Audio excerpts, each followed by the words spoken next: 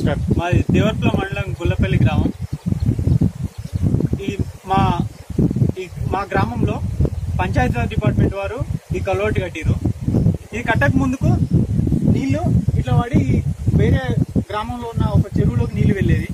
ఇది కట్టిన తర్వాత ఏమైందంటే వచ్చే వాటర్ ఈ కల్వర్ట్ లో పట్టకుండా మా చెలికల మధ్యలో నుంచి వెళ్ళడం వల్ల 1 ఎకరం వరకు మాకు పంట నష్టం జరిగింది.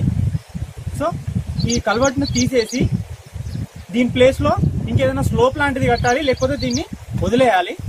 ఈ కల్వర్ట్ ఉండడం వల్ల పంట పొలాలన్నీ మునిగిపోతున్నాయి. ఈ కల్వర్ట్ కట్టక ముందుకు నీళ్లు, వర్షం నీళ్లు ఈ కాలువలో పడి ఇట్లా చెరువులోకి వెళ్ళేవి. ఈ కల్వర్ట్ కట్టడం వల్ల ఇందులో నీళ్లు పట్టక మా పంట పొలం నుంచి వెళ్ళిపోయింది.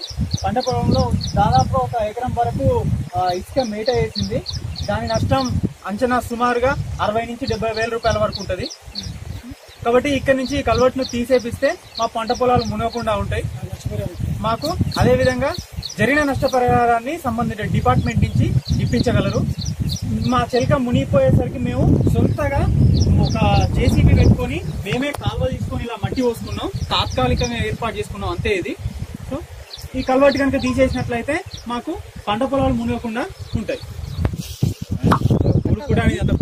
డ్యామ్ ఇది రాంగ్ ప్రాసెస్. నీళ్లు గట్లొస్తుంది.